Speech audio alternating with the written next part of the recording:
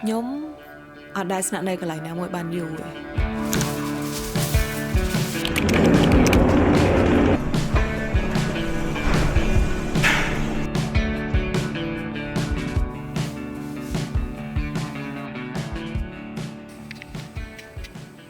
ប្រហែលឆ្នាំចុងក្រោយនេះខ្ញុំទើបតែចាប់ផ្ដើមកត់សម្គាល់ឃើញថាខ្ញុំពិតជាមិនដែលស្នាក់នៅកន្លែងណាបានយូរអង្វែងមែនគិតមើលទៅប្រហែលជា2ទៅ3ឆ្នាំចុងក្រោយនេះខ្ញុំរើផ្ទះប្រហែលជាខ្ទង់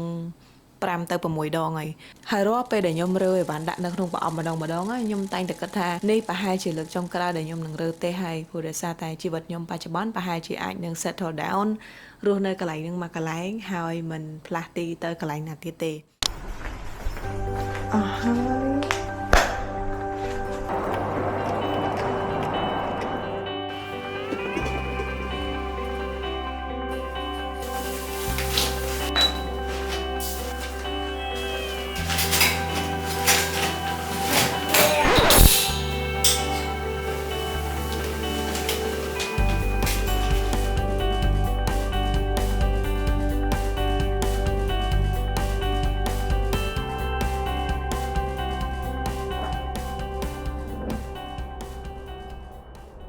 ខ្ញុំធ្លាប់គិតថាផ្ទះគ្រាន់តែជាអគារស្នាក់នៅមួយដែលយើងជួលនៅក្នុងរយៈពេលណាមួយដើម្បីយើងស្នាក់នៅប៉ុន្តែមកដល់ឥឡូវខ្ញុំយល់ថាផ្ទះវាមិនមែនគ្រាន់តែជាអគារស្នាក់នៅមួយទេប៉ុន្តែវាគឺជាទីតាំងមួយជាទីកន្លែងមួយដែលយើងចំណាយពេលវេលាជាមួយខ្លួនឯងច្រើនជាងគេហើយសម្រាប់ខ្ញុំផ្ទាល់ផ្ទះមួយគឺមានសាច់រឿងខុសៗគ្នាវាប្រៀបបីដូចជាផ្ទះមួយคล้ายទៅជាសាក្សីមួយសម្រាប់ការរីកចម្រើនរបស់ខ្ញុំនៅក្នុងរយៈពេលប្រហែលជា3ទៅ4ឆ្នាំចុងក្រោយនេះ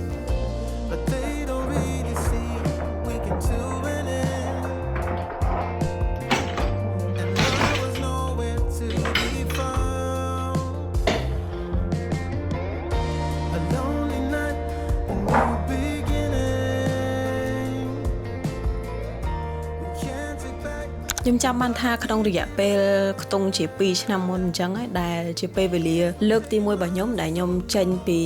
ការរស់នៅជុំគ្នាជាមួយនឹងមិត្តភ័ក្តិហ៊ានសម្រាប់ចិត្តមកជួលផ្ទះនៅម្នាក់ឯងអារម្មណ៍ខ្ញុំកាលពីពេលហ្នឹងគឺខ្ញុំភ័យខ្លាចខ្លាំងមែនតើក្នុងចិត្តគឺយើងចង់រស់នៅបែបឯករាជ្យយើងចង់ធ្វើអីដែលខ្លួនឯងយើងចង់មានទំនួលខុសត្រូវនៅក្នុងការធ្វើការងារខ្លួនឯងយើងចង់ថាកុំឲ្យខ្លួនឯងរស់នៅពឹងគេយើងពិតជាចង់បានបែបហ្នឹងប៉ុន្តែជាក់ស្ដែងអ្វីដែលមនុស្សគ្រប់គ្នាមិននិយាយដល់គឺភាពជាឯករាជ្យនេះវាធ្វើយើងពិបាកច្រើនមែនតើយើងខ្លាចជាមនុស្សឯកោដោយសារតែពាក្យថាយើងចង់ឯករាជ្យហ្នឹងរឿងមួយចំនួនដែលយើងអាចពឹងគេបានក៏យើងអត់ហ៊ានហាមមាត់នៅក្នុងការពឹងគេដូចគ្នាដែរអញ្ចឹង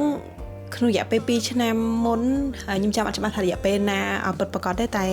សន្មតថា2ឆ្នាំមុនចាស់កាលពីពេលនោះខ្ញុំគិតច្រើនមែនតើដោយសារតែទៅតែរៀនចប់ទៅតែចាប់ផ្ដើមធ្វើការប្រាក់ចំណូលក៏អត់ទាន់បានច្រើនដែរអញ្ចឹងទៅខ្ញុំភ័យថាខ្លាចខ្ញុំរ៉ាប់រងអត់រួចព្រោះដោយសារតែផ្ទះដែលខ្ញុំជ្រើសរើសនៅនឹងវាថ្លៃគួរសមកាលហ្នឹងដូចជាមួយខែ130 140ដូចជាតម្លៃគេជាក់ស្ដែងហ្មងលើសនឹងទៀតប៉ុន្តែដោយសារតែអូម្ចាស់ផ្ទះគាត់អាណិតឃើញនៅម្នាក់ឯងហើយយើងធ្វើការផងអីផងអញ្ចឹងទៅគាត់ខ្លាចយើងរត់អត់រួចក៏គាត់ជួយចោះឲ្យខ្លះពេលនោះនៅម្នាក់ឯងចាប់ផ្ដើមគេហៅថា entering the adult world ក៏ពិតយើងជាមនុស្សពេញវ័យយើងជាមនុស្សដែលមានភាពចាស់ទុំមកយូរហើយក៏ប៉ុន្តែក្នុងពេលហ្នឹងមួយដែលខ្ញុំចាប់ផ្ដើមមានអារម្មណ៍ថាអូខេឥឡូវបច្ចុប្បន្នខ្ញុំបានឈានមកដល់ដំណាក់កាលទៀតហើយគឺខ្ញុំបានខ្លាចទៅជាមនុស្សម្នាក់ដែរលែងរំពឹងលើអ្នកណាទៀតហើយបើរំពឹងក៏តិចតួចដែរភាគច្រើនគឺជួបបញ្ហាអីមានរឿងអីគឺត្រូវដោះស្រាយខ្លួនឯងទាំងអស់អញ្ចឹងពេលហ្នឹងរើផ្ទះក៏រើម្នាក់ឯងធ្វើអីក៏ម្នាក់ឯងហើយខ្ញុំដោបខ្លួនឯងខ្លាំងមែនទែនខ្ញុំសង្ស័យចំពោះខ្លួនឯងខ្លាំងមែនទែនច្រើនរឿងមែនទែនខ្ញុំគិតថាប្រហែលជាខ្ញុំមិនអាចទៅរួចទេប្រហែលជាសមត្ថភាពខ្ញុំឥឡូវវាមិនទាន់ទៅដល់នឹងទេប្រហែលជាខ្ញុំអាចនៅបានក៏ប៉ុន្តែខ្ញុំអាចសល់លុយនៅក្នុងការសន្សំចង់និយាយថាពីមួយខែទៅមួយខែគឺយើងចាយលុយទៅលើការជួលផ្ទះអញ្ចឹងណា Yes and look what I am now បច្ចុប្បន្ននេះកន្លែងដែលខ្ញុំនៅឥឡូវនេះគឺមានតម្លៃថ្លៃជាងផ្ទះដែលខ្ញុំនៅពីមុនហ្នឹងការចំណាយវាគុណនឹង2គុណនឹង3ប៉ុន្តែខ្ញុំអាចរ៉ាប់រងបាន so that's why ត្រឡប់មកវិញខ្ញុំចង់និយាយថា home holds a memory ផ្ទះប្រៀបដូចជាកន្លែងមួយប្រៀបដូចជាសាក្សីរស់មួយដែល witness ការរីកចម្រើនរបស់យើងពីមួយដំណាក់កាលទៅមួយដំណាក់កាលហើយខ្ញុំនៅកន្លែងនេះក៏ខ្ញុំនឹងមានសាច់រឿងនៅក្នុងការ move out មកកន្លែងថ្មីនេះដូចគ្នាដែរ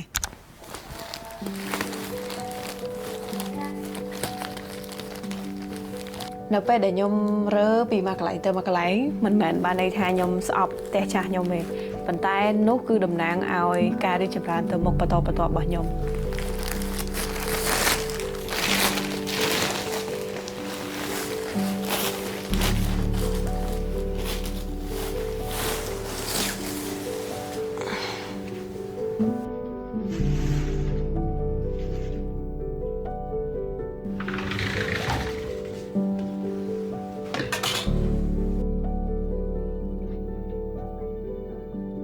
រាល់ពេលដែលខ្ញុំត្រូវរើផ្ទះថ្មីម្ដងភាគច្រើនគឺវាតំណាងឲ្យការផ្លាស់ប្ដូរមួយចំនួនដែលខ្ញុំកំពុងតែមានពេលខ្លះវាអាចជាការទទួលបានឱកាសថ្មីពេលខ្លះវាអាចជាការទទួលបានការងារថ្មីដែលតម្រូវឲ្យខ្ញុំត្រូវផ្លាស់ប្ដូរទីលំនៅទៅតាមទីតាំងនៅក្នុងការធ្វើការរបស់ខ្ញុំដូចគ្នាដែរ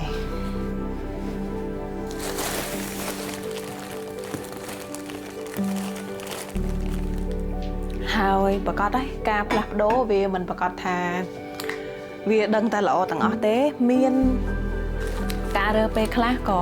រើដើម្បីកាត់បន្ថយការចំណាយហើយមានការរើខ្លះទៀតក៏ដើម្បីតែឱកាសថ្មីចូលមកបានន័យថាជីវិតគឺនឹងល្អប្រសើរជាងមុនហើយដែលទាមទារឲ្យខ្ញុំត្រូវ take action មួយចំនួននៅក្នុងការឆ្លើយតបចំពោះអ្វីដែលនឹងចូលមកនៅក្នុងជីវិតរបស់ខ្ញុំ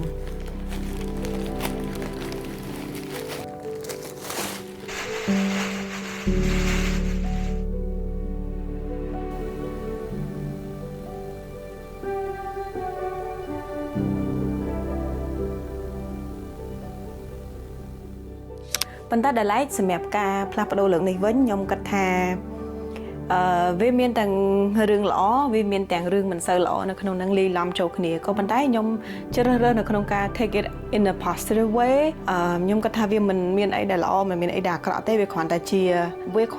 ពេលវេលាមួយដែលយើង try a different approach យើងរស់នៅក្នុងកន្លែងមួយទៀតស្មើនឹងយើងអនុញ្ញាតឲ្យខ្លួនឯងទទួលបានបទពិសោធន៍ថ្មីហើយប្រហែលជាវាក៏អាចនឹងជួយមកដល់ creative របស់ខ្ញុំដូចគ្នាព្រោះការងារបច្ចុប្បន្នគឺខ្ញុំត្រូវការរំពឹងខ្លាំងទៅលើការងារ creative រំពឹងខ្លាំងទៅលើការផ្លាស់ប្ដូរ environment ញឹកញាប់ដើម្បីខ្ញុំអាចថតវីដេអូដើម្បីខ្ញុំអាចគិតឃើញ concept ថ្មីៗនៅក្នុងការធ្វើហើយ yeah of course បើសិនបើអ្នកទាំងអស់គ្នាមើលវីដេអូខ្ញុំពីមុនទាំងអស់គ្នាប្រកាសជាធ្លាប់ឮខ្ញុំនិយាយច្រើនដងហើយថារាល់ពេលដែលខ្ញុំផ្លាស់ប្ដូរពីកន្លែងមួយទៅកន្លែងមួយគឺខ្ញុំតែងតែរំពឹងខ្ពស់មែនទែនថាកន្លែងហ្នឹងនឹងអាចអំណោយផលសម្រាប់ខ្ញុំនៅក្នុងការថតវីដេអូនៅក្នុងការថត content នៅក្នុងការគិតអីដែលបាន creative ជាងមុន so the reason stays the same គ្រាន់តែ different approach different place ប៉ុន្តែខ្ញុំគិតថាដោយសារតែការងារខ្ញុំវាតម្រូវឲ្យផ្លាស់ប្ដូរ environment ញឹកញាប់អញ្ចឹងខ្ញុំគិតថាវាក៏ជាផ្នែកមួយនៃ lifestyle របស់ខ្ញុំឥឡូវហ្នឹងដែរដែលខ្ញុំត្រូវការកន្លែងដែលវាមានផាសុកភាពកន្លែងដែលមាន background ផ្សេងៗគ្នាដើម្បីងាយស្រួលសម្រាប់ខ្ញុំនៅក្នុងការថតដូចគ្នាដែរហើយក៏មិនហ៊ានសន្យាថា this is gonna be my last stop ឬក៏ this is gonna be where I'm settled down for a long while រយៈពេលវែងជាងកន្លែងមុនក៏មិនដឹងដែរអាស្រ័យទៅលើការរស់នៅជាក់ស្ដែងថាវាមានភាពងាយស្រួលកម្រិតណាប៉ុន្តែ let's hope for the best let's just enjoy the moment បើត្រូវដូរក៏នឹងដូរបើសិនបើនៅបានក៏នឹងនៅ yes let's not stick to anything ខ្សែវាសូក្រោយនេះចាពីចុចមកប្រា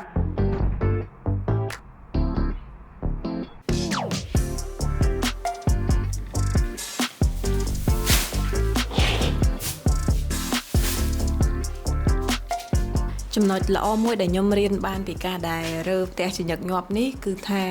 អីវ៉ាន់ខ្ញុំកាន់តែតិចជាងមុននិយាយទៅរើពីម្ដងទៅម្ដងគឺអីវ៉ាន់កាន់តែតិចទៅពេលខ្លះនៅពេលដែលយើង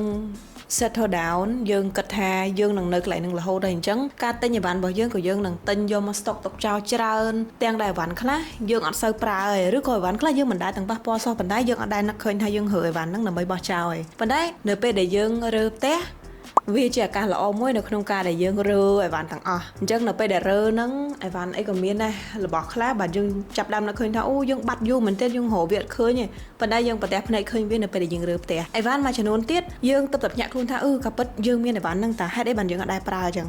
ក៏ចាប់ដើមយកមកប្រើវិញទៅឬក៏អីវ៉ាន់ខ្លះទៀតហួស delay យូរហើយប៉ុន្តែអត់ព្រមបោះចោលទេដល់ពេលឆែកឃើញកំឡុងពេលរើផ្ទះហ្នឹងបានចាប់ដើមច្រកថងបោះចោលទៅអីវ៉ាន់ណាដែលគិតថាប្រើអត់បានក៏បោះចោលទៅអញ្ចឹងlesson learn របស់ខ្ញុំកាលពីខ្ញុំរើលើកទី1លើកទី2អូអីវ៉ាន់ខ្ញុំច្រើនខ្លាំ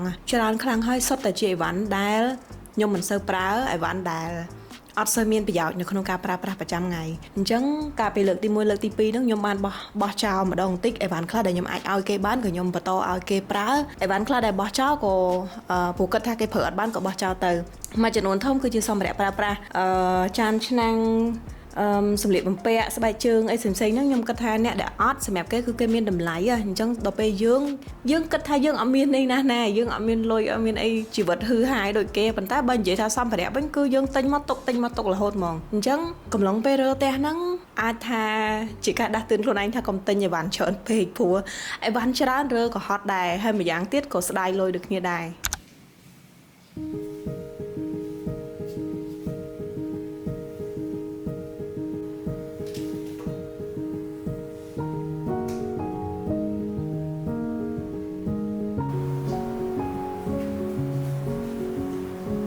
Where I am at right now, it's kind of crazy. The view is kind of crazy, but that's at and make nắng có bùm rong nắng trăng clearដែរ so hopefully make clear because we know that it's gonna be so pretty to look at the rain up here. ដឹងតែស្អាតមកពីនេះទៅ yes ដូច្នេះវីដេអូនេះមិនមែនជាការនិយាយលាទៅកាន់ផ្ទះដែលខ្ញុំធ្លាប់នៅកន្លងមកទេជាពិសេស recent condo ដែលខ្ញុំទៅតែ move out មកទេប៉ុន្តែវាគឺជាការអរគុណទៅកាន់គ្រប់ទីកន្លែងដែលអនុញ្ញាតឲ្យខ្ញុំរីកចម្រើនធំធាត់ម្ដងបន្តិចរហូតមកដល់ខ្ញុំដែលជាខ្ញុំបច្ចុប្បន្ននេះហើយឥឡូវនេះក៏ដល់ពេលត្រូវចាប់ផ្ដើមចំពុកថ្មីមួយទៀតហើយ